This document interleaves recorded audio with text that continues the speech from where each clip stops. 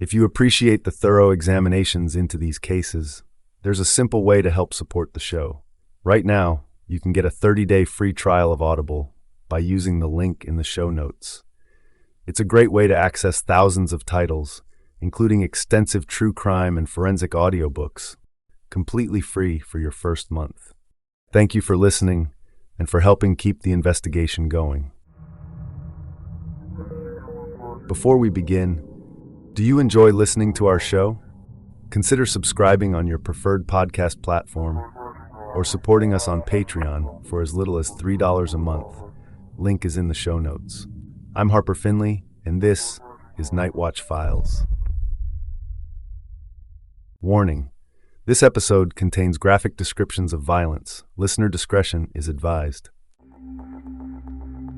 On a regular morning, the University of Illinois, Urbana-Champaign is typically a diverse and vibrant campus, its pathways crowded with students and researchers from all over the globe, including more than 5,000 Chinese scholars who travel across the world to pursue their academic dreams.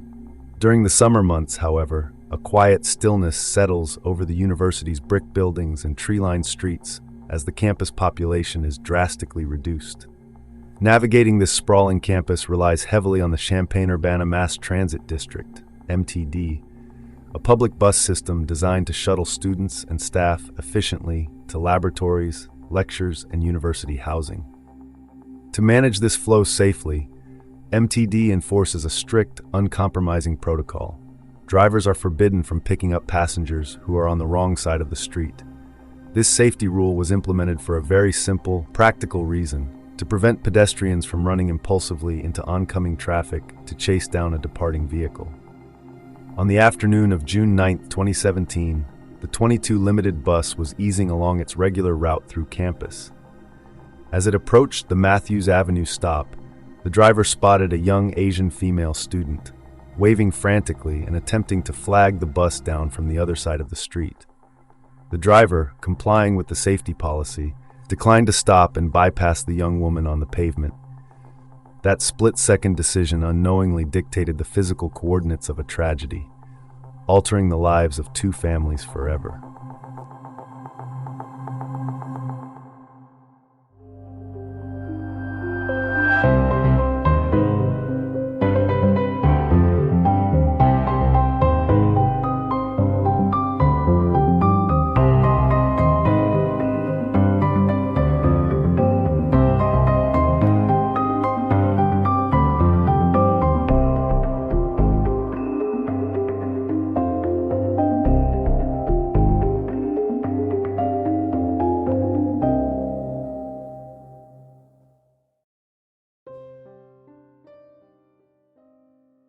Yingying Zhang was born on December 21, 1990, in Nanping, Fujian Province, China, to her parents, Rongo Zhang and Li Fengye.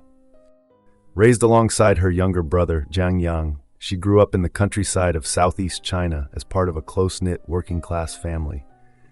Though her parents were poor and had received little formal education, they recognized her remarkable promise early on and pinned their hopes for a brighter future on their daughter.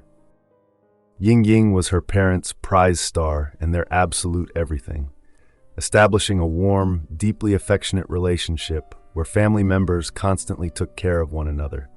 She possessed a beautiful singing voice, played in a local band, and was a vibrant, optimistic presence who was regarded as the glue that held her family together. Determined to eventually help her parents financially, Yingying became the first member of her family to go to college. She began her university studies in 2009 at Sun Yat-sen University in Guangdong, majoring in environmental science. Her diligence and intellect shone brightly, and she graduated in 2013 at the very top of her class. She then moved to Beijing to pursue a Master of Science in Environmental Engineering at the prestigious Peking University, completing her degree in 2016. Following her graduation, she worked as a visiting scholar at the Chinese Academy of Sciences Institute of Botany. Her academic evolution and deep interest in plant biology naturally guided her toward the specialized field of photosynthesis and crop productivity. Driven by her dream of becoming a university professor and managing her own ecology team, she traveled to the United States in April 2017, She began a postgraduate research appointment within the Department of Natural Resources and Environmental Sciences within the College of Agricultural, Consumer, and Environmental Sciences at the University of Illinois Urbana-Champaign. Working in the research group of Dr. Kaiyu Guan, Yingying was dedicated to studying photosynthesis in corn and soybeans. Her work sat at the forefront of agricultural science, aiming to resolve some of global agriculture's most pressing challenges, achieving co-sustainability between environmental quality and food security. To address these issues, her lab was pioneering the use of sun-induced chlorophyll fluorescence, a faint red byproduct of light energy emitted during photosynthesis, as a real-time proxy to monitor crop photosynthetic activity and stress from space. Yingying's research was intended to help farmers monitor crop conditions and manage nitrogen fertilizer application, ensuring crops met their nutritional needs while preventing excess fertilizer from leaching into water systems. Yingying's appointment also included assisting with field-based research in Nebraska, a state whose heavily irrigated fields provided a crucial contrast to rain-fed Illinois.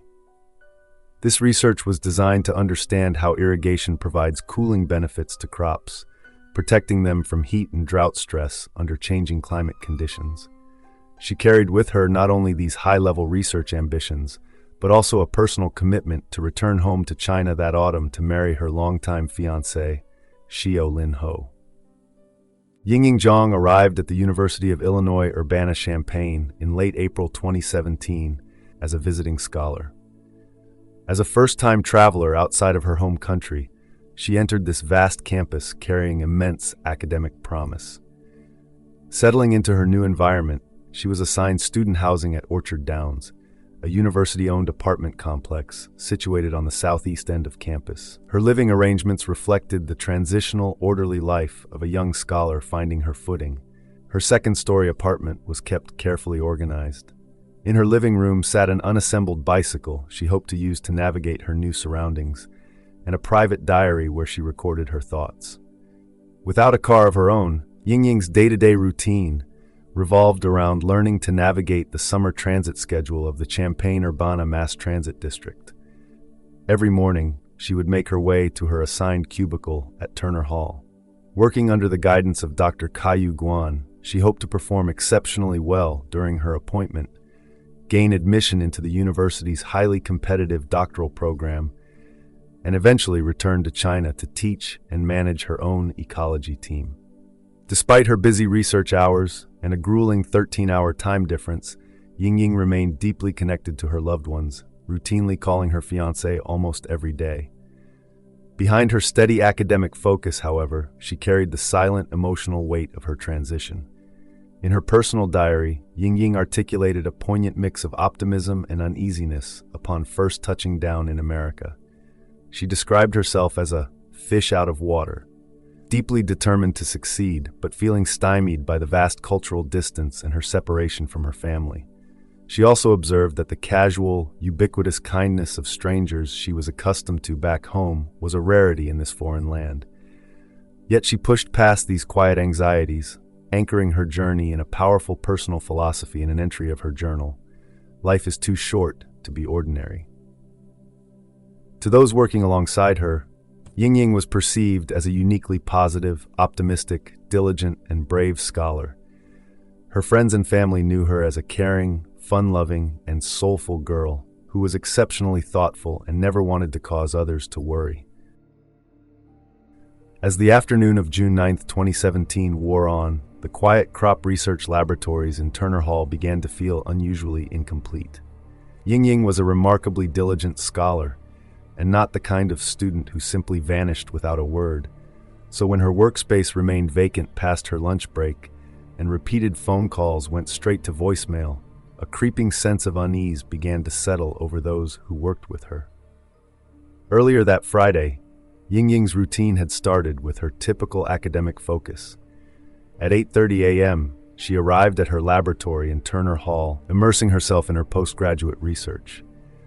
Around midday, she paused her work, returning to her second-story apartment at the university's Orchard Downs housing complex for a quick lunch. After lunch, she prepared for an important off-campus errand. Yingying lived modestly, determined to save money to help her working-class parents back in China. To reduce her expenses, she had successfully applied for a cheaper rental at the One North apartment complex on the northern edge of campus and had scheduled an afternoon appointment to meet with the marketing manager to sign her new lease. At 1:35 p.m., she boarded an MTD Teal Line bus at the Orchard Downs South Shelter. Realizing she was running behind, Yingying sent a text message to the leasing agent, Rontrez Stone, politely letting him know she was running about 10 minutes late and expected to meet him at approximately 2:10 p.m. She exited her first bus at West Springfield and North Matthews Avenues to make her transfer. As she stood at the Matthews Avenue stop, she spotted the oncoming 22 Limited bus and tried to flag it down. However, because she was on the wrong side of the street, the driver could not stop. Bypassed by the bus, she walked north on Goodwin Avenue toward a transit stop at West Clark Street. At 2:38 p.m., having waited in vain for Yingying to arrive at the leasing office, the manager sent her a follow-up text message. No response was received. On the other side of the globe, her fiancé and her parents were accustomed to their daily phone calls. Due to the 13-hour time difference, they would soon be waking up to a silence that grew heavier with every passing hour. Back in Urbana, as the sun set and the research halls emptied, her colleagues' initial confusion hardened into alarm as her phone continued to ring out into empty voicemails. That evening, Dr. Kaiyu Guan and several concerned colleagues arrived at the police station to report 26-year-old Yingying Zhang missing.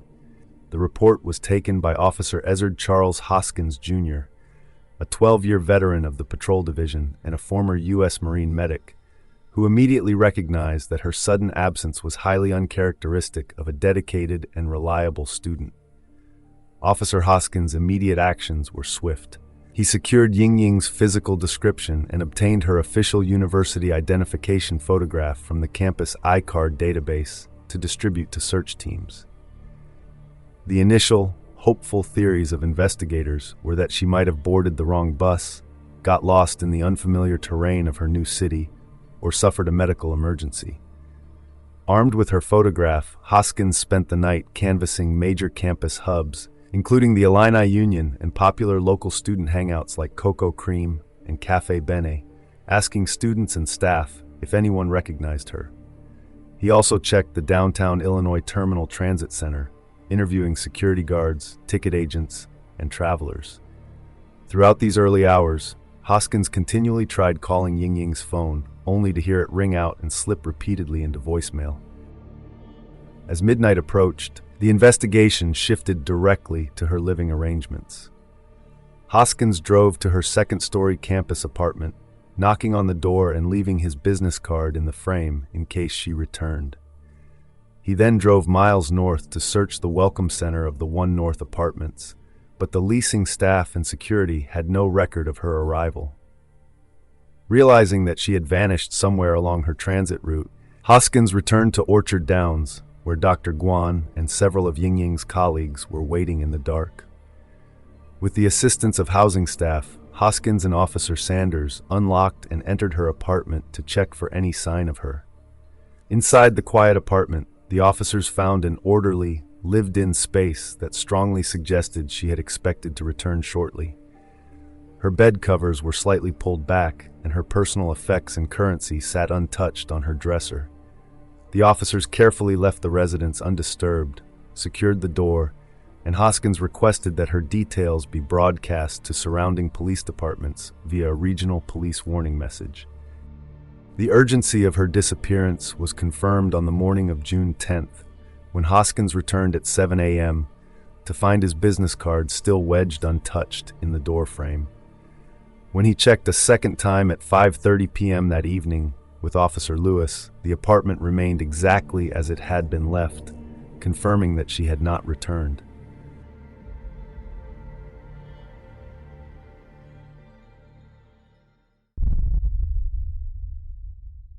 Quick break. Ads keep the show running, but if you want to skip them, the ad-free version's on Patreon for just $3 a month. Links in the show notes. And we're back. Thanks for sticking through that. Let's get back to it.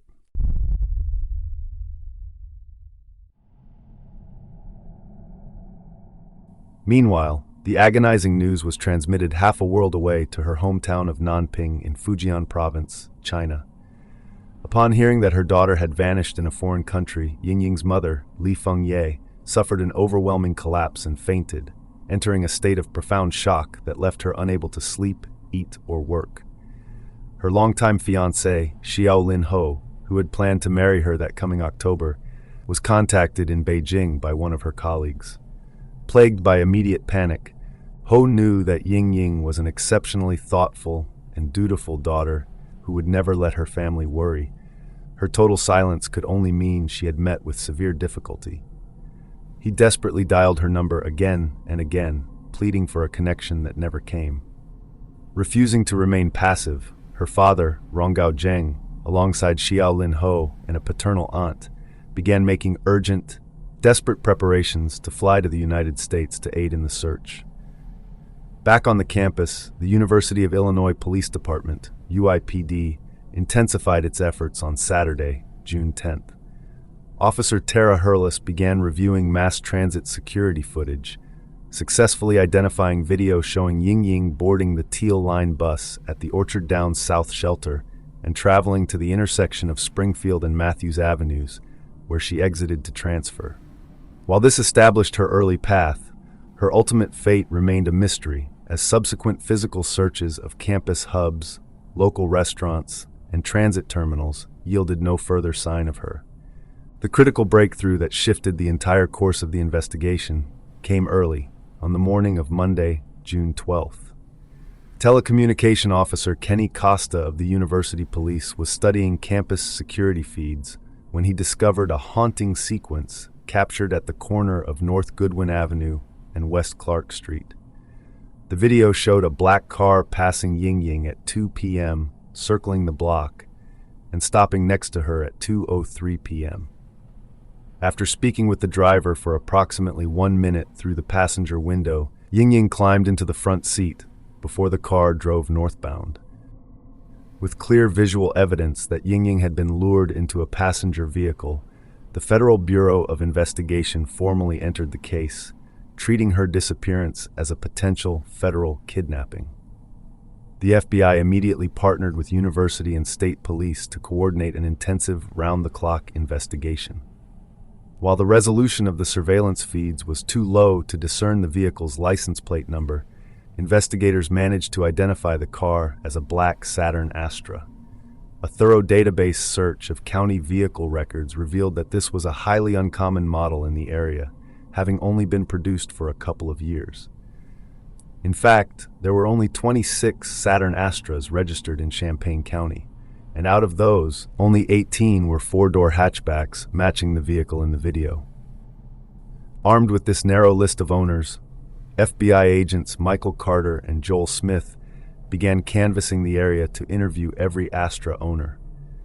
Upon arriving at the Champaign apartment of registered owner Brent Allen Christensen, the agents found him seemingly calm and cooperative, admitting he knew his vehicle looked like the one on the news.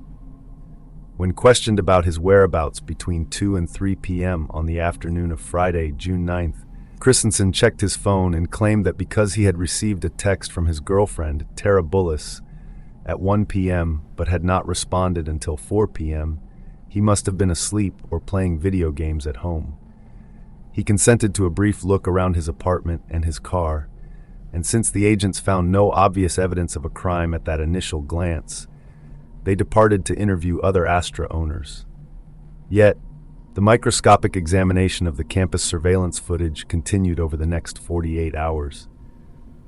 On Wednesday, June 14th, University Police Department officer James Carter noticed a critical detail. The suspect car had a sunroof, and there was a distinct, irregular blemish or missing section on the plastic hubcap of the front passenger side tire. Agent Joel Smith recalled seeing these exact features on Christensen's car, and at 5:50 p.m. that evening, he and Agent Catherine Tenaglia returned to Christensen's apartment to verify the match. Upon confirming that the sunroof and the front passenger hubcap defect precisely matched, the FBI secured a federal search warrant to seize the vehicle. Just before midnight on June 14th, a tactical team of 7 FBI agents and university police officers descended on Christensen's apartment, waking him and his wife. While agents secured the vehicle, Christensen agreed to accompany Special Agent Anthony Manganaro and Detective Eric Stuyvesant to the nearby FBI office for formal interrogation.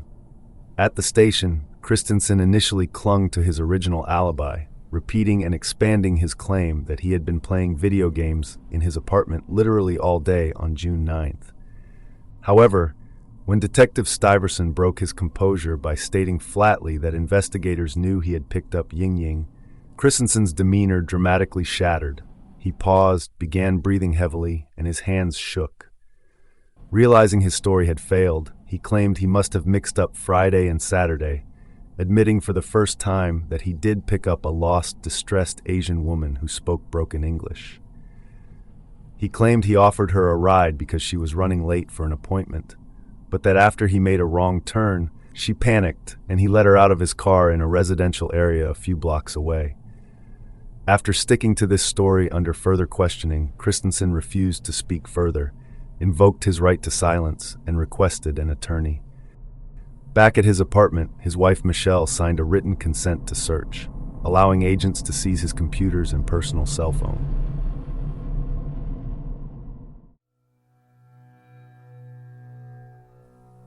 Brent Allen Christensen was born in 1989 in Stevens Point, Wisconsin, where he was raised in a middle-class household by his parents, Mike and Ellen Christensen, alongside an older brother and a younger sister.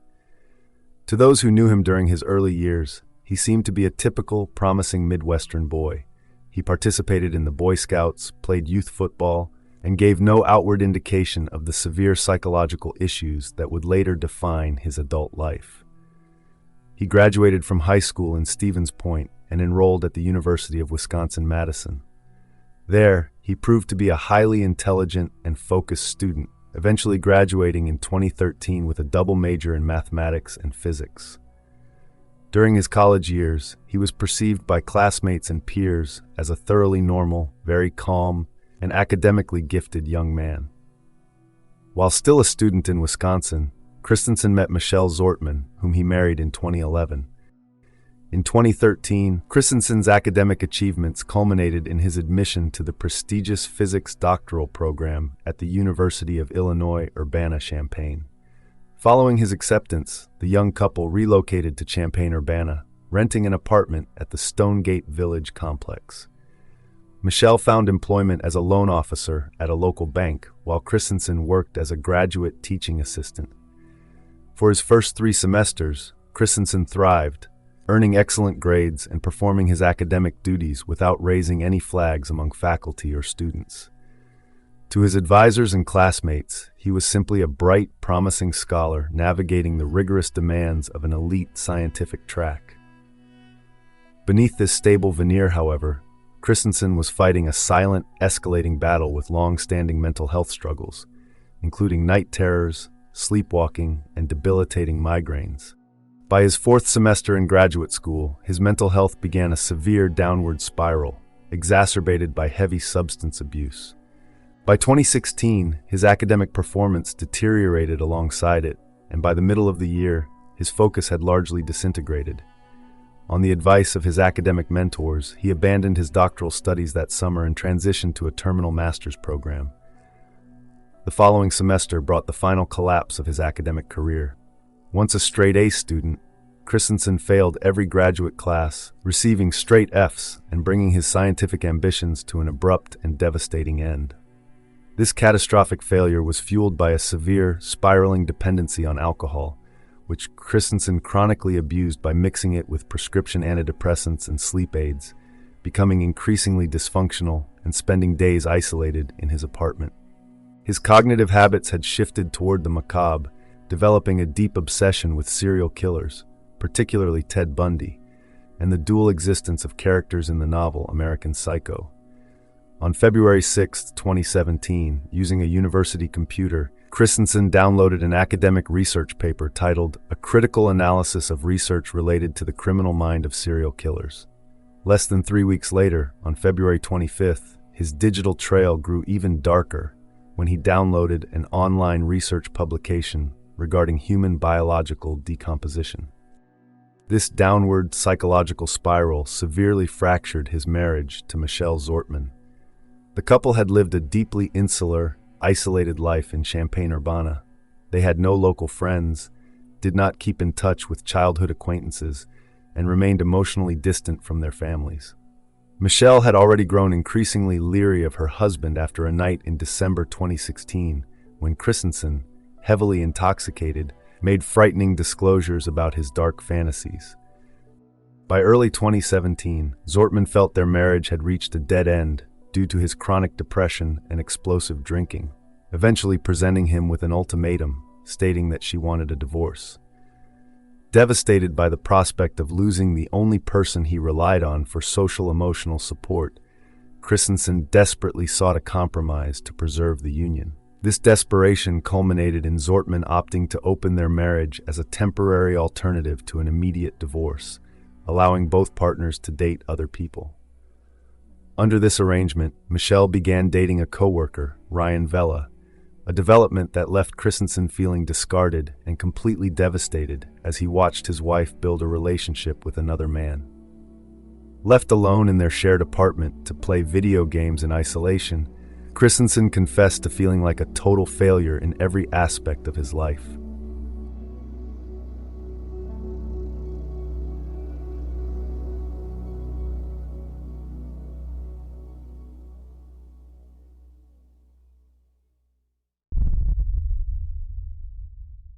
Quick break. Ads keep the show running, but if you want to skip them, the ad-free version's on Patreon for just $3 a month. Links in the show notes. And we're back. Thanks for sticking through that. Let's get back to it.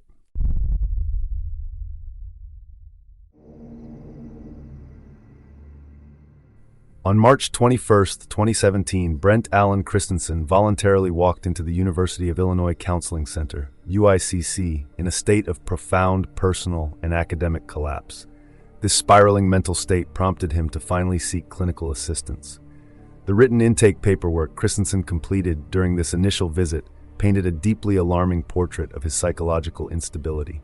His self-reported clinical history revealed that he was currently taking prescribed medication for depression and sleep, had been hospitalized for mental health concerns 2 to 3 times in the past, had intentionally self-injured within the last year, and had seriously considered suicide 2 to 3 times, including within the preceding month.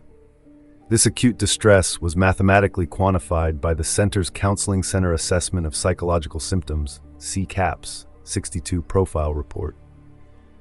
Christensen's scores reached close to or at the 100th percentile on scales measuring depression, generalized anxiety, family distress, substance abuse, and the overall distress index. He affirmed the highest possible severity for symptoms of alcohol abuse and indicated that he felt disconnected from himself, felt isolated and alone, suffered from spells of terror or panic, experienced recurring nightmares or flashbacks, lost touch with reality, felt helpless, and experienced intense sadness or anger regarding his family. During this same visit, Christensen consented to a videotaped training interview with a doctoral student intern, Karen Molinar. In front of the camera, he corroborated the severe symptoms from his written assessment. He openly admitted that he had developed an obsession with serial killers and confessed to chronically abusing the depression medication prescribed by his psychiatrist at the university's McKinley Health Center. Most critically, he disclosed that his homicidal thoughts became increasingly intense and analytical whenever he consumed alcohol. As the interview progressed, Molinar questioned him directly about his written admissions of wanting to hurt other people.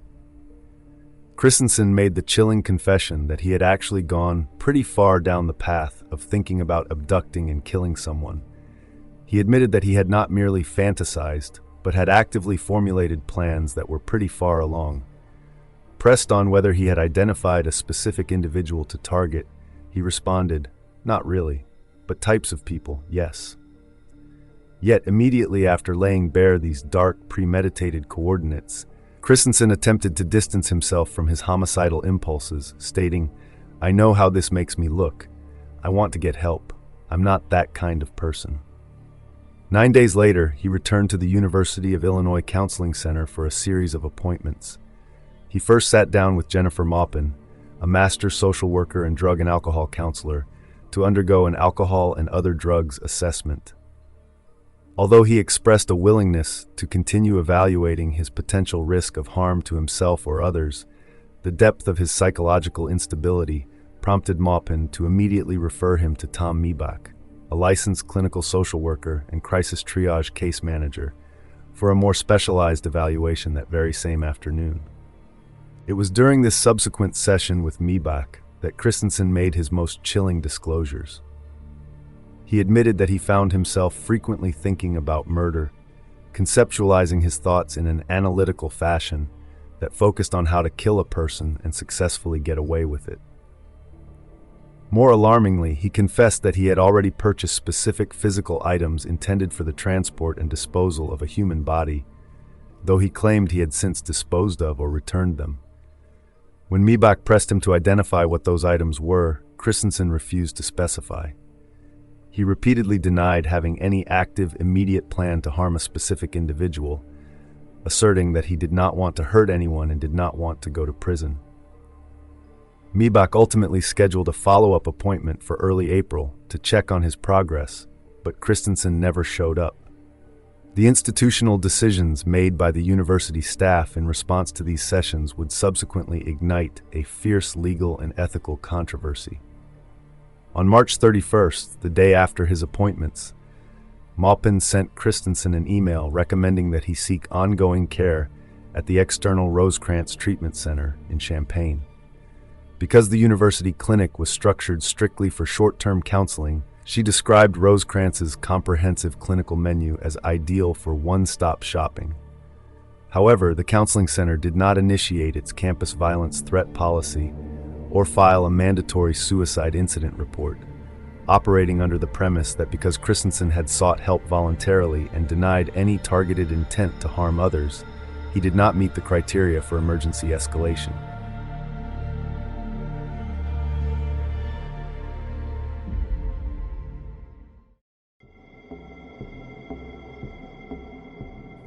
When federal investigators homed in on Brent Christensen in the Yingying Zhang disappearance case, a critical phase of the investigation began with the extraction and analysis of his digital footprint following his initial interrogation on June 15, 2017, when FBI agents seized Christensen's personal cell phone and computers.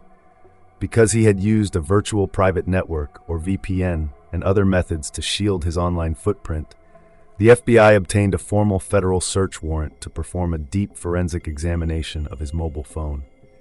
This careful digital excavation was led by FBI Senior Forensic Examiner William O'Sullivan, who constructed a highly detailed timeline of Christensen's online queries, text messages, deleted data, and hidden system files. What O'Sullivan and his fellow agents pulled from the silent depths of Christensen's devices was a terrifying, step-by-step record of a premeditated obsession. In addition to his interest in serial killers and the biology of human decomposition corroborated by the papers he downloaded on the subjects in February 2017, by April his focus had transitioned to active preparation. On April 11th, under the alias Akuma689, Christensen created an account on FetLife.com, a popular sexual fetish website, and subsequently texted his girlfriend, Tara Bullis, to share his new handle. As examiners mapped his browsing history on the site, they found he had actively frequented threads and forums dedicated to non-consensual containment, including Abduction Play, Abduction 101, Perfect Abduction Fantasy, Planning a Kidnapping, Consensual Non-Consent Blackmail and Slavery, and Tools of the Kidnapper. His search history painted a picture of a man preparing for a crime, showing queries for serial killer dog slave instructions, alongside searches for knife sharpening and champagne knife sharpening. Most damningly, inside a hidden system directory on his desktop computer, forensic analysts recovered high-resolution images of bound, gagged, and abused women, chained to bed frames and handcuffed to PVC pipes. Even after the disappearance on June 9th, the digital logs tracked his frantic attempts to monitor the investigation and cover his tracks. Christensen searched Google for sodium hypochlorite and researched iPhone tracking, desperate to know if the victim's phone could be monitored. On June 13th, he attempted to scrub his digital trail by clearing his entire Google Chrome web browser history, but his devices continued to record his intense obsession with the case. In the days following the missing report, Christensen's phone and laptop logged regular visits to local news sites, Reddit threads discussing the missing scholar, White House petitions, and FBI kidnapping posters. For investigators, the forensic analysis of these electronics shattered any claim that the crime was a sudden, alcohol-fueled impulse. On June 15th, as federal and local investigators began tightening the net around their prime suspect, they executed a federal search warrant to seize Brent Christensen's black Saturn Astra.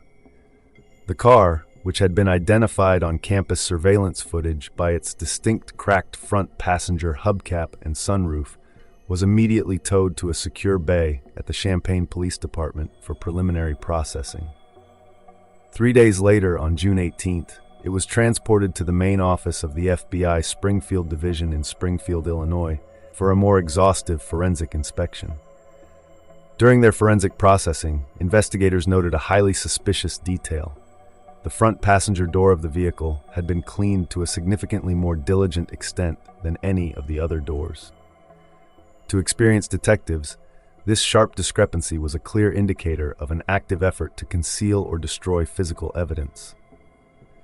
During his midnight interrogation on June 15th, Christensen attempted to explain away any potential forensic traces by claiming that he had given his car a thorough cleaning after investigators first questioned him on June 12th, during which he allegedly nicked his finger and left some of his own blood in the car. However, the subsequent forensic examination by the FBI uncovered no trace of blood or DNA inside the vehicle, letting his claims of bleeding inside the car fall flat, and confirming that Christensen had gone to great lengths to thoroughly sanitize his mobile crime scene. While Christensen's domestic life with his wife Michelle Zortman was fracturing in early 2017, he sought connection elsewhere, culminating in a fateful digital encounter with a local woman named Tara Bullis. The two first met on the online dating platform OkCupid in April 2017, after Bullis responded to his profile on April 2nd. Their initial date at a local bookstore cafe was later described by Bullis as whimsical. As they began dating, they navigated a complex, polyamorous arrangement. Christensen was in an open marriage while Bullis was simultaneously dating other men.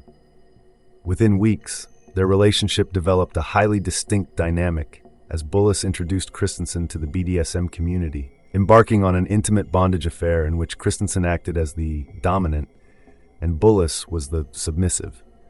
Despite the role play, the relationship was heavily strained by Christensen's escalating personal crises.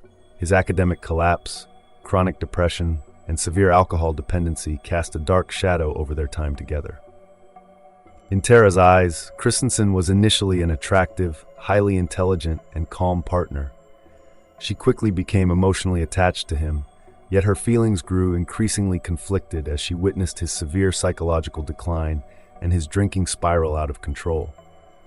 Her attachment was severely tested in May 2017 when Christensen's messages to her began to reflect a deeply disturbing desire for infamy and notoriety.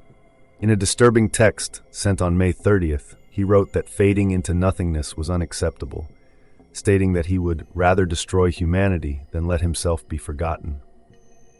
Bullis found herself deeply unsettled by these dark ruminations, noting that Christensen would discuss his belief that he could commit a murder and successfully get away with it in a calm, almost excited manner.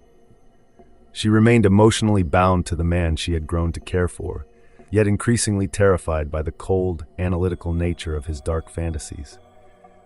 By June 16th, with Zhang still missing and Christensen having invoked his right to counsel during his first formal interrogation, the FBI launched a continuous 24-hour physical surveillance operation to monitor his every movement. Realizing they needed inside access to break his silence, investigators made a critical, high-stakes move. They approached Tara Bullis, presenting her with the reality of Zhang's disappearance and their suspicions regarding her boyfriend. Caught in an agonizing position of intense personal conflict, Bullis agreed to cooperate with the FBI. Driven by the hope that the recordings would either completely exonerate the man she loved or help bring a missing girl home, she consented to wear a concealed recording device to wiretap their private conversations, setting into motion a dramatic undercover operation.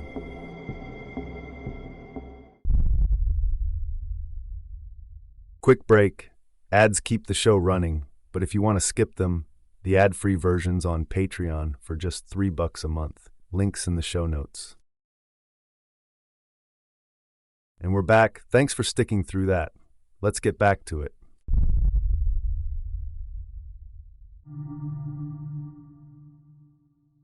On June 17, 2017, Yingying Zhang's father, Rongao Zhang, alongside a paternal aunt and her fiancé, Xiao Linho, arrived in Champaign to confer with federal and local authorities and directly join the search efforts. Having traveled thousands of miles from China into an unfamiliar Midwestern town, the family was thrown into an endless nightmare of grief and uncertainty. Xiao Linho would later recall the sheer heavy toll of those early weeks, wondering how they managed to survive the initial shock of her disappearance. To bolster their efforts, on June 19th, the University of Illinois and Champaign County Crime Stoppers announced a reward of $40,000 for any information leading to the arrest of those responsible for the kidnapping. This reward was a historic milestone, representing the largest reward ever offered in the 31-year history of the Champaign Crime Stoppers organization. As the weeks wore on without answers, the family vowed not to leave the United States until Yingying was found, prompting authorities to increase the reward to $50,000 on July 14th.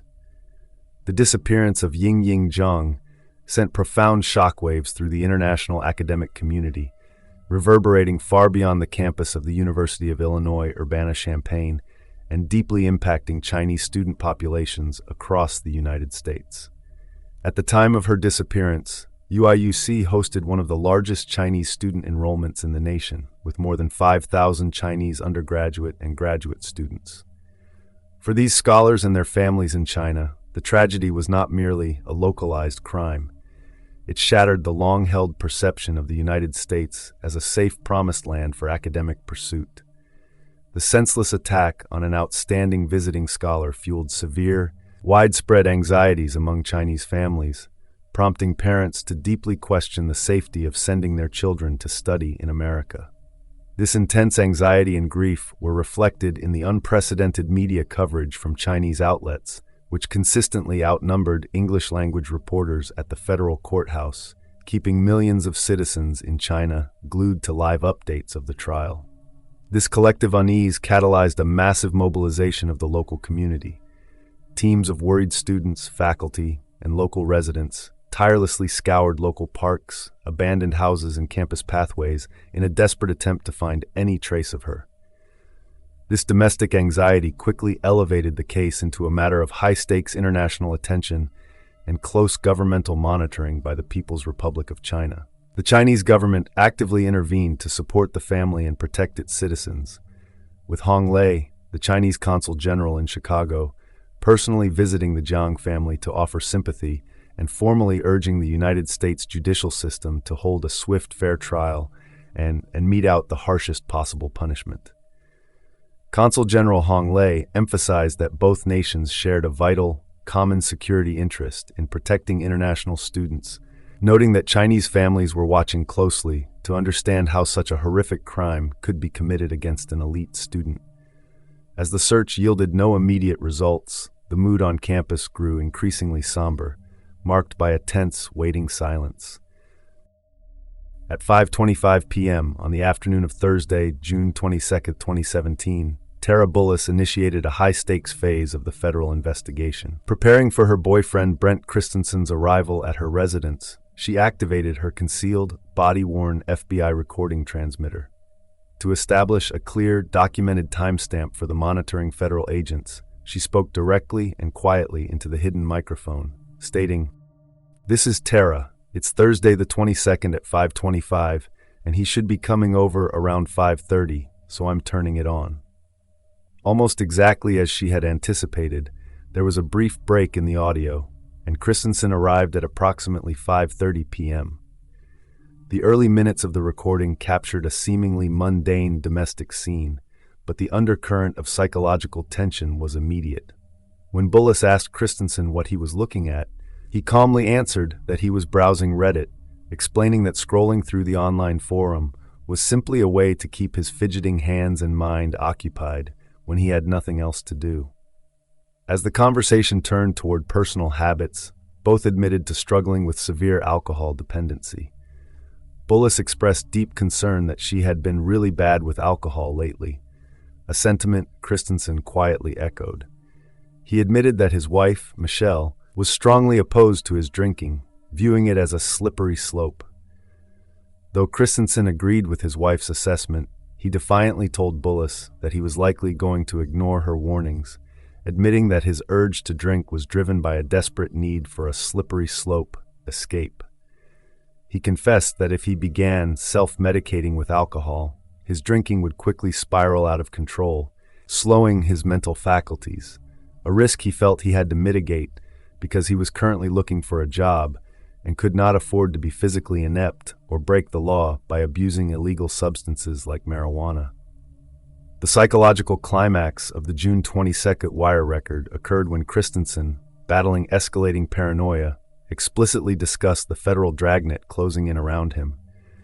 "I still think they're monitoring me," Christensen confessed to Bullis, stating flatly that it was a safe assumption to believe his entire apartment was wiretapped. He proceeded to describe the intense physical surveillance he had endured over the preceding days, recounting how federal agents had continuously tailed him for 4 to 5 days and parked surveillance vehicles on both sides of his apartment complex. Christensen went on to tell Bullis that he wouldn't be surprised if investigators had also installed spyware or tracking software on his electronic devices once they were eventually returned. To explain his digital defenses, Christensen described his extensive use of a VPN on his computer and his decision to disable location tracking on his cell phone, claiming these were strictly legal precautions to protect his personal privacy from internet history buyers, rather than attempts to conceal criminal behavior. In a chilling attempt to reassure Bullis and maintain his double life, Christensen casually lied about his standing in the investigation, asserting that the intense surveillance had finally stopped because the authorities had cleared him. "They know it wasn't me," Christensen insisted, claiming that his daily routine under their watch consisted of nothing more than occasionally walking down to the kitchen and utilizing the bathroom. For FBI investigators, this first recorded wire was a major breakthrough. While Christensen did not yet confess, his recorded statements laid bare his severe psychological decline, technical evasions, and deep paranoia.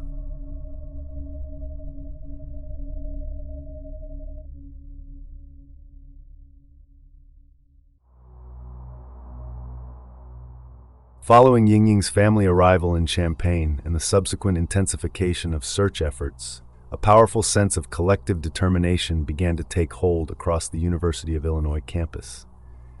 Refusing to let Yingying's story slip from the public eye, her longtime fiancé, Xiao Lin Ho, worked in close coordination with the university's Chinese Students Association to create a major public event. Their collaboration sought to channel the campus's deep anxiety into a constructive, highly visible demonstration of solidarity. In planning the event, they designed a 2-part gathering that would serve as both a physical march through the campus and a reflective space of artistic tribute, ensuring her presence remained central to the university's daily life. The preparatory work for the event was carried out by distraught Chinese student groups and university faculty, who actively organized search parties and pooled resources to produce outreach materials. To support the mobilization, these volunteers printed numerous flyers and informational posters featuring Yingying's photograph, her physical description, and details of the Crime Stoppers reward. These printed materials were distributed widely throughout local businesses, campus buildings, and residential areas. Well-wishers also continuously adorned the campus bus stop, where she was last seen with fresh flowers, handwritten notes, and symbolic items, transforming the physical coordinate of her abduction into an active, community-driven site of remembrance. On the day of the event, The planned walk drew between 1 and 200 students, faculty members, and local community residents. The procession commenced at the campus's Crandon Center, with the crowd walking solemnly and in silence through the university streets. They marched directly to the bus stop, located at the corner of North Goodwin Avenue and West Clark Street, positioned directly in front of the university's PBS radio and television station, WIL, to mark the exact coordinate where Yingying had been lured into the suspect's vehicle. After pausing at the stop to pay tribute, the crowd returned to the Crandon Center. Once back inside, the group transitioned into the second phase of the evening, assembling for a supportive memorial concert. This musical gathering featured songs meant to celebrate her life, her love of singing, and her dreams of one day returning to China as an agricultural professor. The core intentions of the memorial walk and concert were deeply functional as well as emotional. Strategically, the organizers aimed to sustain intense news media interest, raise crucial search funds to assist the family's ongoing living expenses in the United States, and encourage anyone who might have witnessed anything unusual on the afternoon of her disappearance to come forward and contact law enforcement. Above all, it held the intention to publicly show that the university community stood side by side with her distraught father, aunt, and fiancé, refusing to let her fade into obscurity while she was still considered missing. This massive public event and demonstration of community solidarity took place on Thursday, June 29, 2017, marking exactly 20 days since Yingying Zhang had vanished from the campus.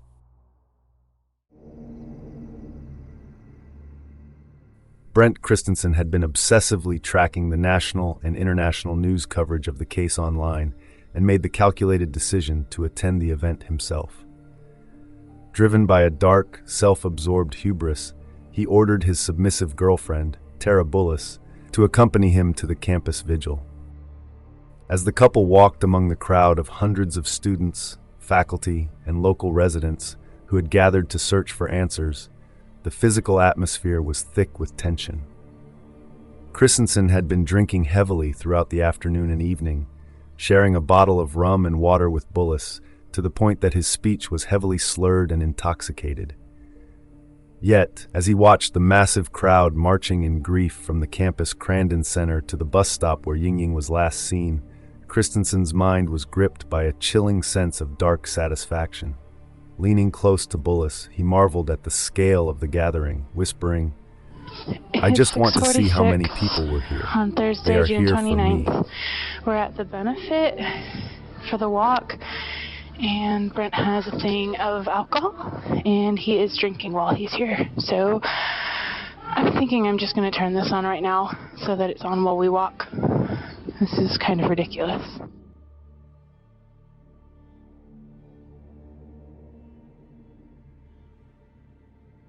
Throughout the walk, Bullis had to maintain her submissive persona to avoid raising his suspicion, keeping her emotions in check to coax him into speaking freely. Beneath this facade, she was gripped by profound terror. Her heart was racing so violently that the rapid thumping of her chest was physically captured on the FBI's audio feed. Her fear intensified as Christensen began pointing out ideal victims in the crowd, detailing the physical and anatomical characteristics he looked for in a target. To ensure his graphic boasts remained hidden from any physical wiretaps he suspected might be monitoring them, Christensen grabbed Bullis's phone while they were at the vigil. He pulled up the note-taking function and silently typed out a series of 4 statements, deleting each individual line as soon as he had shown it to her. "It was me. She was number 13. She is gone. Forever."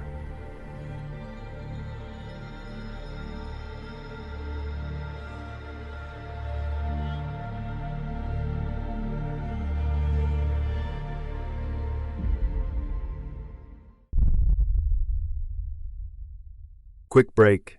Ads keep the show running, but if you want to skip them, the ad-free version's on Patreon for just $3 a month. Links in the show notes. And we're back. Thanks for sticking through that. Let's get back to it.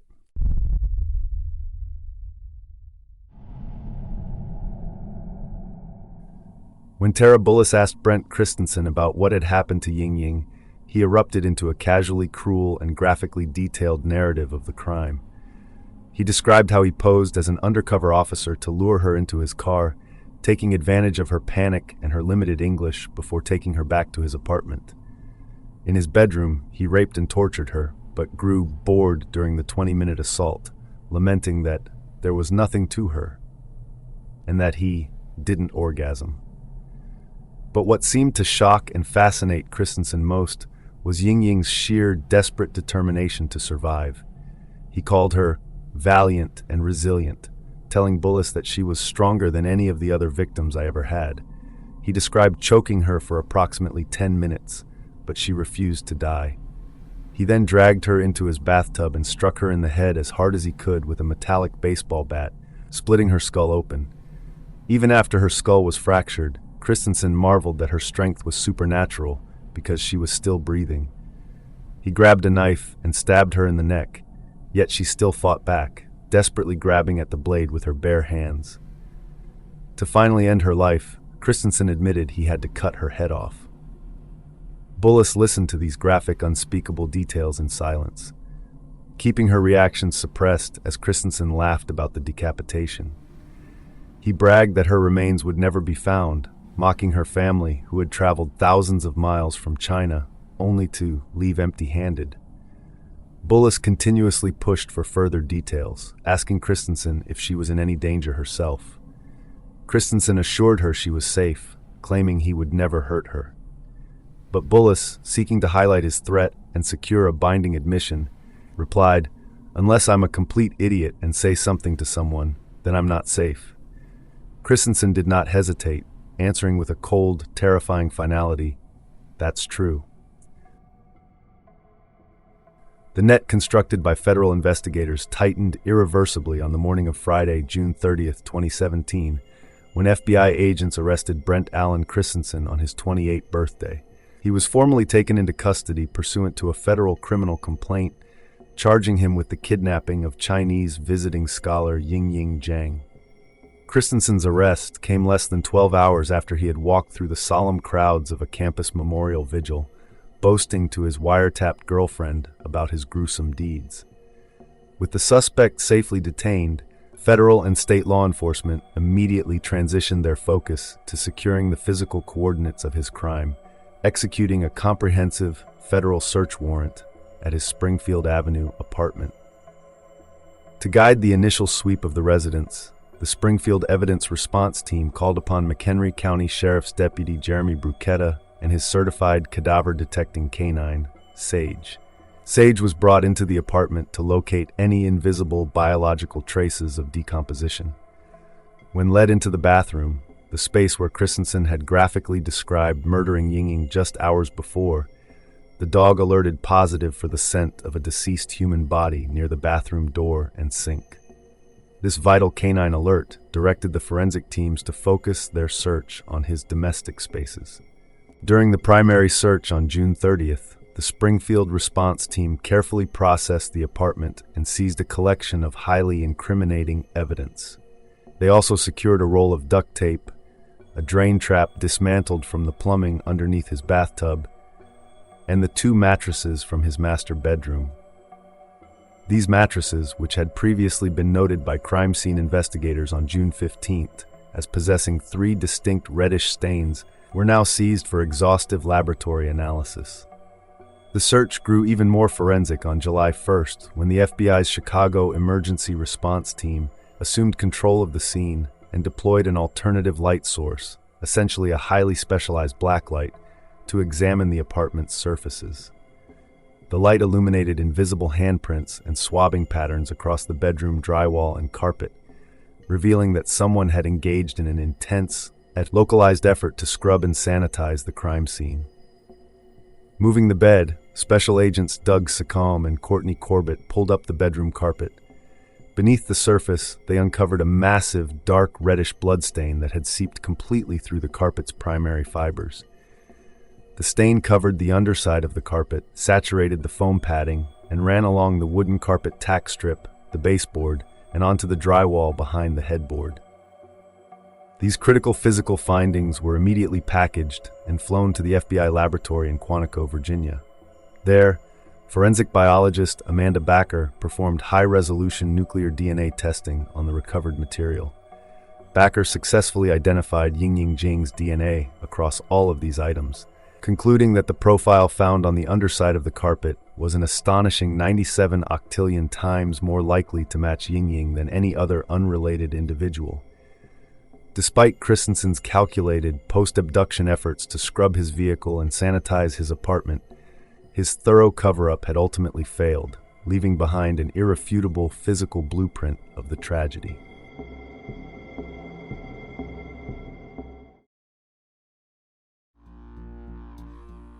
The perfect storm that would culminate in the tragic disappearance of visiting scholar Yingying Zhang began to gather in the early morning hours of Friday, June 9, 2017. At approximately 2 a.m., Brent Christensen watched his wife, Michelle Zortman, walk out of their Champaign apartment with her boyfriend, Ryan Vela, embarking on a weekend getaway to the Wisconsin Dells, leaving Christensen completely isolated in their shared home. Rather than attempting to sleep, he walked into a nearby Schnucks grocery store at 7:30 a.m. Wearing a black t-shirt and carrying mirrored aviator sunglasses in his pocket, he walked directly to the liquor section and purchased a large bottle of Admiral Nelson's spiced rum. He then returned home, shaved off his facial hair, and prepared to execute a dark fantasy of abduction that he had been planning for months. By mid-morning, Christensen was cruising the quiet summer streets of the University of Illinois campus in his black 2008 Saturn Astra hatchback, actively hunting for a victim. At 9:30 a.m., he spotted his first potential target, Emily Hogan, a university graduate student walking alone on Sawton Street, just east of Lincoln Avenue. Christensen pulled up alongside her and, posing as an undercover police officer, he showed her a badge from under his shirt and asked if she would answer a few questions. When Hogan complied and approached his car, Christensen escalated his approach, asking her to get inside the vehicle. Hogan immediately sensed something was deeply wrong, refused to get in, and walked away. Recognizing that his first attempt had failed, Christensen drove off, while Hogan promptly contacted the police to file a suspicious person report and published a warning post on Facebook to alert her fellow students about a man pretending to be a police officer in a black car. Undeterred by the close call, Christensen continued his search, his psychological decay bleeding into his communications. At noon, he responded to a text from Bullis, typing out a chillingly casual message: "You don't do the anything casual thing from breathing to fine dining to murder." By 1:30 p.m., he was back behind the wheel, circling the campus looking for another opportunity. At 1:57 p.m., as he drove west on Springfield Avenue, he spotted Yingying Zhang desperately running after the Champaign Urbana MTD bus that had just bypassed her. Sensing her distress and vulnerability, Christensen tracked her, circling the block to position his Saturn Astra so that he was heading north on Goodwin Avenue, where Yingying stood waiting near a tree at the bus stop at Goodwin and Clark Street. At 2:03 p.m., Christensen pulled his vehicle alongside her. Posing once again as an undercover officer, he spoke with the anxious 5'4" scholar through his passenger window for approximately 1 minute. Yingying, running late for her lease appointment and unfamiliar with the area, believed his impersonation. She opened the door and climbed into the front seat at 2:04 p.m. Within approximately 20 minutes of her entering the vehicle, he disabled her iPhone, permanently terminating her cell phone's connection to local towers. Back at his Champaign residence, Christensen then forced her into a 6-foot-long heavyweight duffel bag he had purchased online days prior to transport her unseen up to his second-story apartment. He brought her into his bedroom, where he subjected her to the gruesome attacks he had detailed to Tara in graphic detail during the recorded conversation they had on the campus vigil. With the murder committed, Christensen's elaborate pre-planned cover-up immediately began. Knowing his wife would not return until Sunday evening, he spent the weekend methodically sanitizing his apartment and vehicle. On Sunday, he purchased Drano and Swiffer pads at Walmart, using the chemicals to clear his plumbing and clean the bloodstains off his bedroom walls, carpet, and mattress. He even submitted a maintenance request to have his bathroom grout treated for mold, attempting to erase any trace of the struggle. The day after the murder, on June 10th, Christensen placed Yingying's dismembered remains into 3 separate, heavy-duty garbage bags and deposited them in the commercial dumpster directly outside his Stonegate Village apartment building. On Monday, he gathered her personal belongings, including her clothing, backpack, textbooks, and cell phone, along with his contaminated cleaning materials into a large duffel bag, scattering them across various trash dumpsters in the Champaign-Urbana area to minimize the risk of detection. That same morning, a sanitation truck emptied the dumpster outside his apartment. Her remains were compacted multiple times during transit before being hauled to a private landfill in Vermilion County near Danville, Illinois.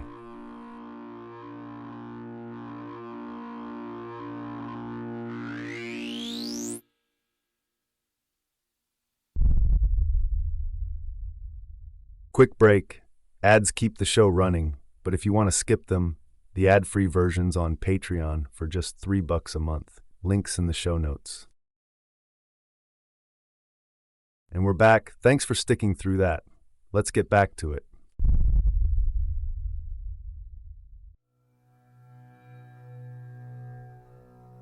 Following his arrest on June 30th, 2017, Brent Allen Christensen was placed in law enforcement custody and held at the Macon County Jail in Decatur.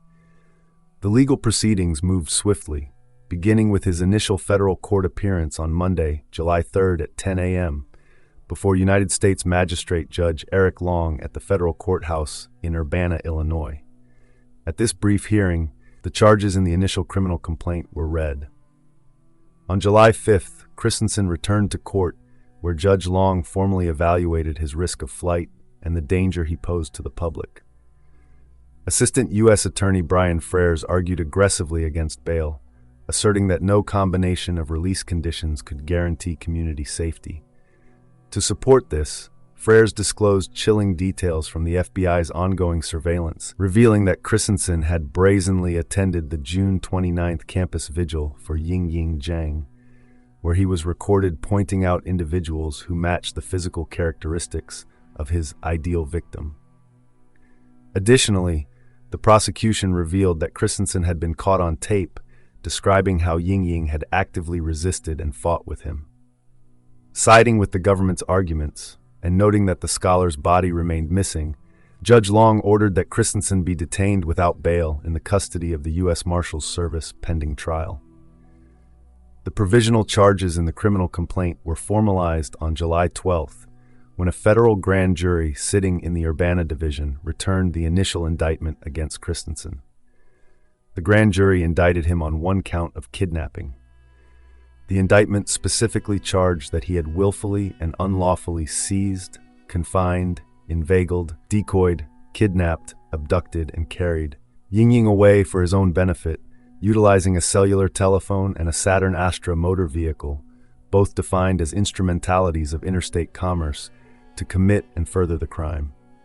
Christensen made his next appearance in court for his formal arraignment on July 20th. Represented at the time by his privately retained defense attorneys, Tom and Evan Bruno, Christensen listened as the formal indictment was read before entering a plea of not guilty to the kidnapping charge. As the legal machinery ground forward, Yingying's family endured an agonizing period of limbo, desperate to locate her remains so they could return to China for a traditional burial. To sustain the pressure on the investigation, Yingying's father, Rongao Zhang, drafted a formal, deeply personal letter to President Donald Trump. On August 11th, the family publicly released the letter, in which Rongao appealed directly to Trump's sensibilities as a father, fervently requesting that he direct the full mobilization of federal law enforcement and investigatory resources to locate his daughter and bring their family's torment to an end. A week later, Yingying's mother, Li Fengye, and her younger brother, Xinyang, also referred to as Zhang, arrived in the United States to join the father and aunt in their grueling vigil. For Li Fengye, who had been too weak to eat, sleep, or work, coming to this foreign land was a desperate act of love. Every day, Yingying's father would walk to his daughter's vacant apartment, sitting there for hours in a quiet, heartbreaking attempt to cure his open wound. Meanwhile, the legal battlefield began to shift dramatically. In early September, Christensen's privately retained attorneys, Thomas, Evan, and Anthony Bruno, filed a formal motion to withdraw from the case. The prosecutors had quietly notified the defense that they intended to ask a federal grand jury for new, capital-eligible charges, which would carry the possibility of the death penalty. Recognizing that Christensen and his family were financially incapable of funding the monumental expenses of a federal death penalty defense, which would require massive resources for mitigation specialists and expert witnesses, the Brunos stepped aside. Federal Judge Colin S. Bruce officially granted their withdrawal and appointed federal public defender Tom Patton, who soon brought in experienced capital trial attorneys, Elizabeth Pollock and George Tasef, to lead Christensen's defense team. The anticipated escalation in charges arrived when a federal grand jury sitting in Springfield returned a superseding indictment that fundamentally transformed the nature of the trial. This new indictment officially upgraded the sole charge of kidnapping to kidnapping, resulting in death, a federal capital crime that made Christensen eligible for either mandatory life imprisonment or the death penalty. To justify a potential death sentence, the grand jury returned a notice of special findings. These findings alleged that Christensen was over 18 at the time of the crime, that he had acted with lethal intent, and that the kidnapping was committed in an especially heinous, cruel, or depraved manner involving torture or serious physical abuse. It further charged that Christensen had acted after substantial planning and premeditation to cause death, and added 2 counts of making false statements to the FBI for his shifting lies during his June 12th and June 15th interrogations. For the legal teams, this superseding indictment meant entering the rigorous, highly confidential review process of the Department of Justice's capital case section, which would ultimately determine whether the Attorney General would authorize seeking Christensen's execution.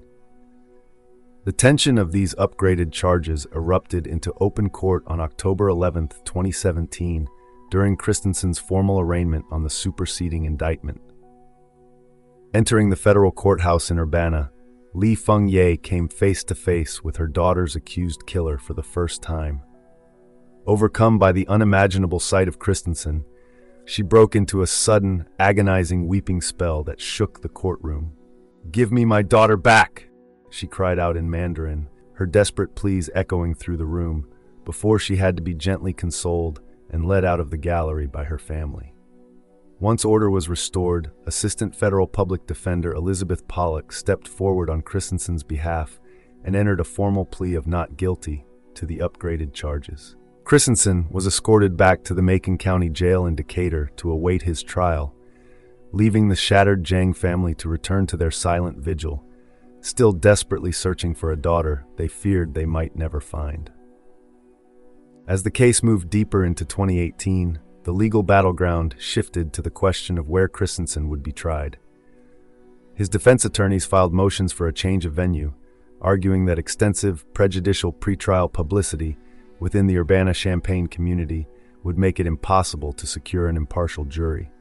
Siding partially with these concerns, U.S. District Judge James Shadid officially ordered in December 2018 that the trial be transferred to the federal courthouse in Peoria, Illinois. Shadid ruled that the move was logistically practical, as Peoria's facilities were far more capable of handling a high-profile trial, offering 4 courtrooms to Urbana's 3 and more than 1,000 additional parking spaces to accommodate the heavy influx of jurors, family members, and international media. While these public venue debates were playing out, a critical and highly confidential development occurred behind closed doors. In November 2018, during unsuccessful plea negotiations, Christensen's defense team attempted to secure a deal that would remove the death penalty in exchange for a full confession and cooperating to locate the victim's remains. Under a strict, government-signed immunity agreement, Christensen's lawyers proffered the exact details of how he had disposed of the body, claiming he had placed her dismembered remains in 3 separate garbage bags in a commercial dumpster outside his apartment building. though federal prosecutors ultimately rejected the plea bargain, concluding that Christensen's claims were impossible to verify because her remains would have been compacted, buried under 30 feet of trash, and decomposed at a Vermilion County landfill. The proffer remained legally sealed, preventing the information from being introduced at trial. As the trial date neared in spring 2019, the defense team encountered a severe strategic obstacle regarding mental health mitigation. They had originally filed a formal notice under a federal rule of criminal procedure, indicating their intent to present expert psychiatric testimony during the trial's sentencing phase. However, this notice legally triggered the government's right to compel Christensen to submit to a psychiatric evaluation conducted by clinical experts chosen by the prosecution. Fearing the damaging impact of a prosecution-led clinical examination, the defense team abruptly withdrew their notice in April 2019. As a consequence of this tactical withdrawal, Judge Shadid barred the defense from introducing any expert psychiatric testimony regarding his mental state during the trial, and further prohibited their mitigation specialist from presenting his family's complex medical and psychiatric records directly to the jury. On June 3, 2019, the federal capital trial of Brent Christensen officially commenced under Chief Judge Shadid at the federal courthouse in Peoria, drawing massive crowds of international observers and university students. The proceeding took its most dramatic turn on June 12th, during the opening statements of the trial's guilt phase. Executing a highly unusual and risky legal strategy to preserve credibility and save their client from execution, federal public defender George Tassef stood before the packed courtroom and directly conceded Christensen's guilt. Tassef candidly declared to the startled jurors that Brent Christensen was indeed responsible for the death of Yingying Zhang, admitting in no uncertain terms that his client killed her.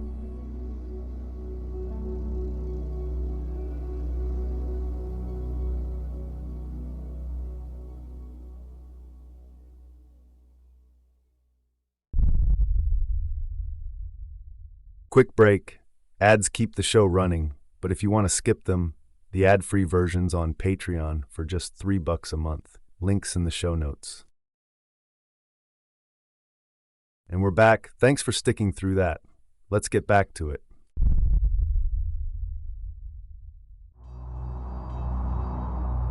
As the federal capital trial of Brent Christensen progressed in Peoria, Illinois, the courtroom was subjected to an agonizing presentation of forensic and testimonial evidence.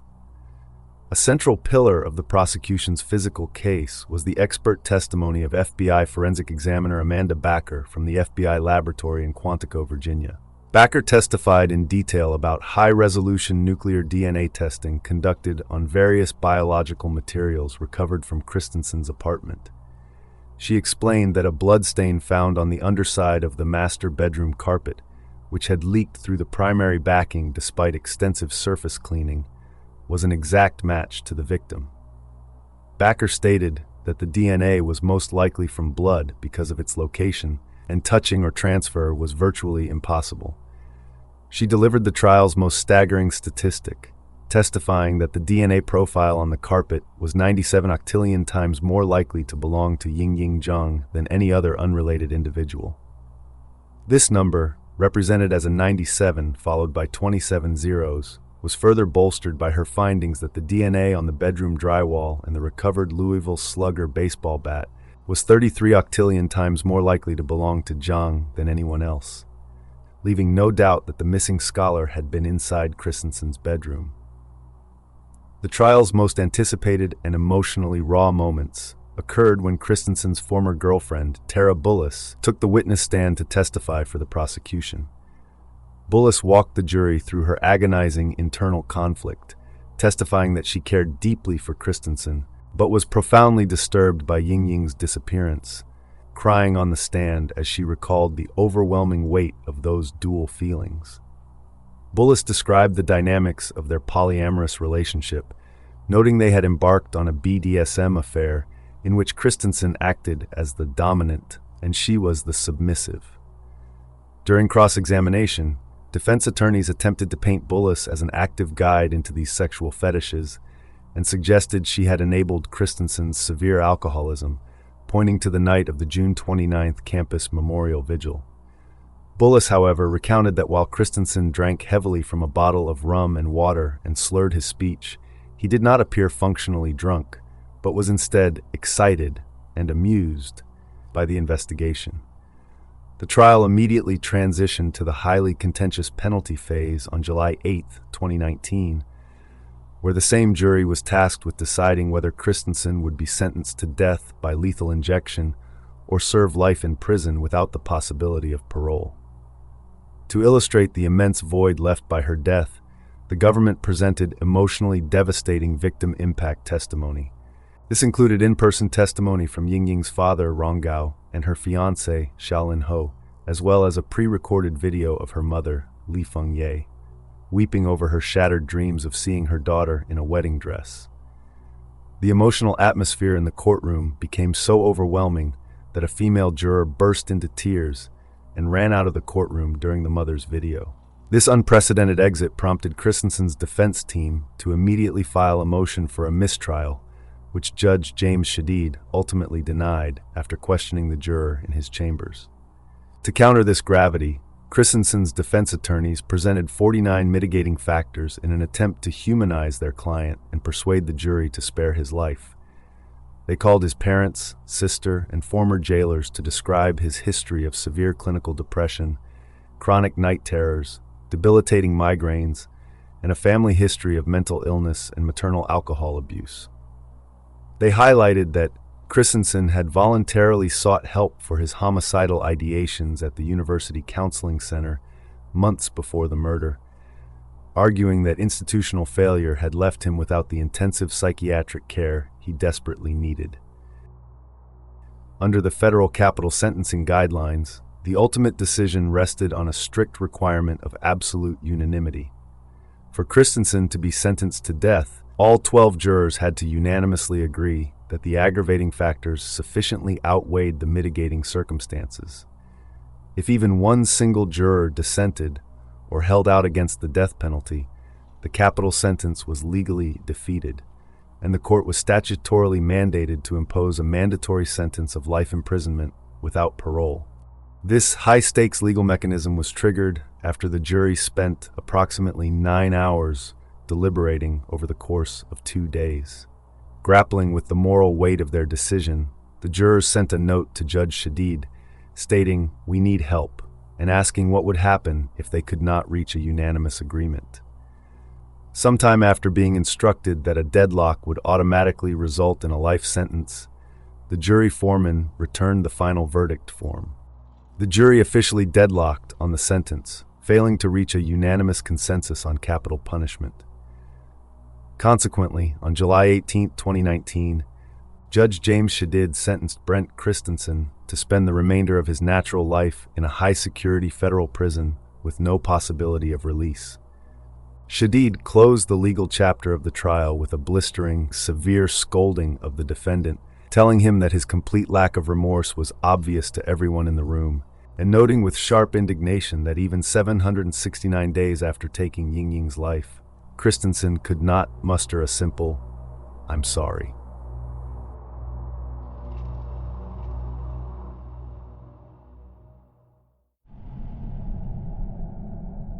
When the trial finally concluded with a mandatory life sentence, Chinese consular officials maintained a prominent presence in the courtroom, striving to balance the need for justice with the diplomatic necessity of restoring confidence in campus safety. Following the verdict, Deputy Chinese Consul General Bian Zichun issued a formal statement expressing satisfaction that the killer had been brought to justice, thanking the FBI and local police departments for their tireless work.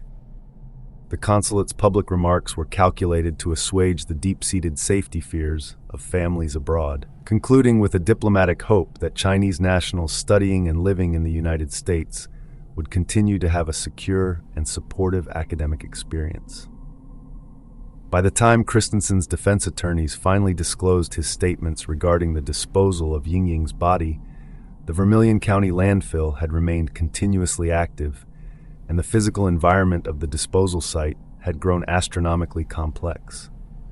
Every day, Fresh streams of local municipal waste had been piled onto the active grid where the 2017 deposits had been buried. Engineering reports and landfill logistics indicated that the potential coordinate of her remains was covered by a minimum of 30 feet, approximately 9 meters, of tightly compacted subsequent garbage deposits. Additionally, this burial site was not a localized point, but rather spanned an active dumping grid approximately 50 yards wide, roughly half the size of a football field. When the FBI, the Illinois State Police, and assisting engineering experts evaluated the logistics of a physical recovery, they concluded that a search was forensically and structurally impossible. The mechanical forces of multiple commercial compactions, coupled with natural biological decomposition over 10 months, meant that the remains had been severely pulverized.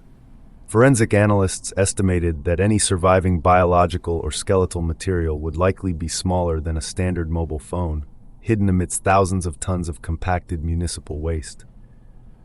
To undertake an excavation under such extreme conditions presented insurmountable environmental and engineering challenges.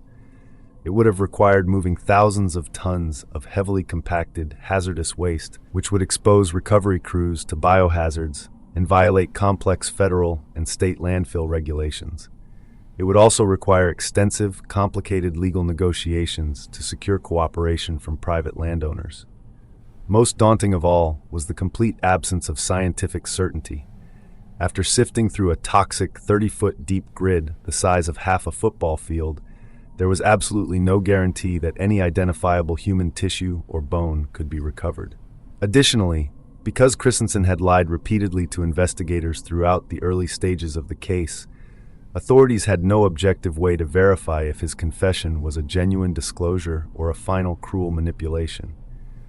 Confronted with these stark engineering assessments, federal and state law enforcement agencies ultimately determined that a landfill search could not feasibly go forward. This painful conclusion forced Yingying's family to abandon their hopes of recovering her body for a traditional burial in China. In a deeply touching compromise to achieve some form of spiritual peace, her father Ronggao, her mother Li Feng, and her fiancé Xiao Lin Ho collaborated with University of Illinois officials to dedicate a permanent memorial garden at the exact campus bus stop where she was abducted. There, at the corner of Goodwin Avenue and Clark Street, they buried a small box containing her clothes, transforming the coordinate of her disappearance into a quiet space of reflection for a dedicated young scholar whose physical remains would forever rest beneath the deep layers of the Vermilion County landfill.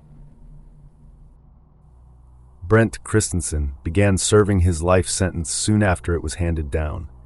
He spent a brief stretch at a federal evaluation center before being sent to USP McCreary in Kentucky in late 2019, then was transferred again in early 2020 to USP Coleman II, a high-security federal penitentiary in Florida, where he remains today.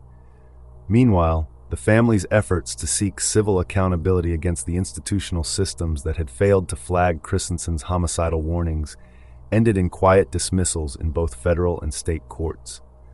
On December 30, 2019, Federal Judge Colin S. Bruce dismissed the civil lawsuit filed by the estate of Yingying Zhang against University of Illinois social workers Thomas Meebach and Jennifer Maupin, ruling that her death was too remote a consequence of their actions to hold them liable under federal civil rights law. A subsequent state-level lawsuit refiled in Champaign County was similarly dismissed in June 2020 by Judge Jason Boehm, who concluded that Illinois law could not impose a legal duty on mental health professionals to breach patient confidentiality without a specific immediate threat to an identifiable victim.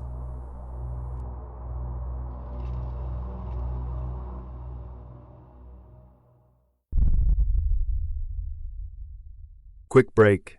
Ads keep the show running, but if you want to skip them, the ad-free version's on Patreon for just $3 a month. Links in the show notes. And we're back. Thanks for sticking through that. Let's get back to it.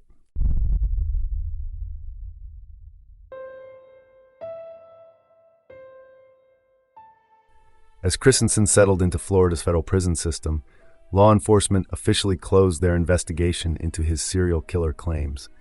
finding no evidence to support his boast of 12 prior victims.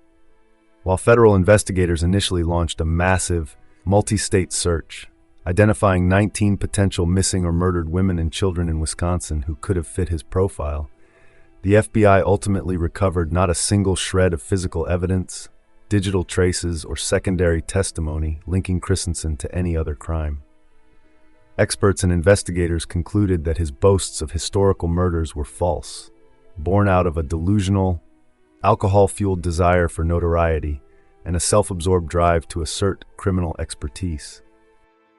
In the years that followed, the story of Yingying Zhang was preserved not by the sensationalized confessions of her killer, but by her family's extraordinary resilience and her lasting legacy. The emotional reality of their loss was captured in the acclaimed 2020 documentary film Finding Yingying, directed by Peking University alumnus Jiayan Jenny Shi, which focused compassionately on her high academic aspirations and her family's quiet dignity. Leading up to August 2026, her family continues to live through an endless, agonizing nightmare of grief in Nanping. To secure financial stability and keep her memory alive, her father, Rongao, and mother, Li Feng, took the unexpected path of selling goods through live streaming. The endeavor has been bittersweet. Li Feng still falls asleep listening to recordings of Yingying singing, and the mention of her daughter's name frequently forces them to cut their broadcasts short in tears. Her younger brother, Xinyang, who still uses the date of her disappearance, 2017-6-9, as his online username, welcomed a son with his wife to bring some joy to their cheerless home. Her fiancé, Xiaolin Ho, who completed his own doctorate, spent years teaching disadvantaged children in Guangdong to honor one of her unfulfilled dreams, while actively working with the family to arrange future trips to the United States to continue searching for her remains.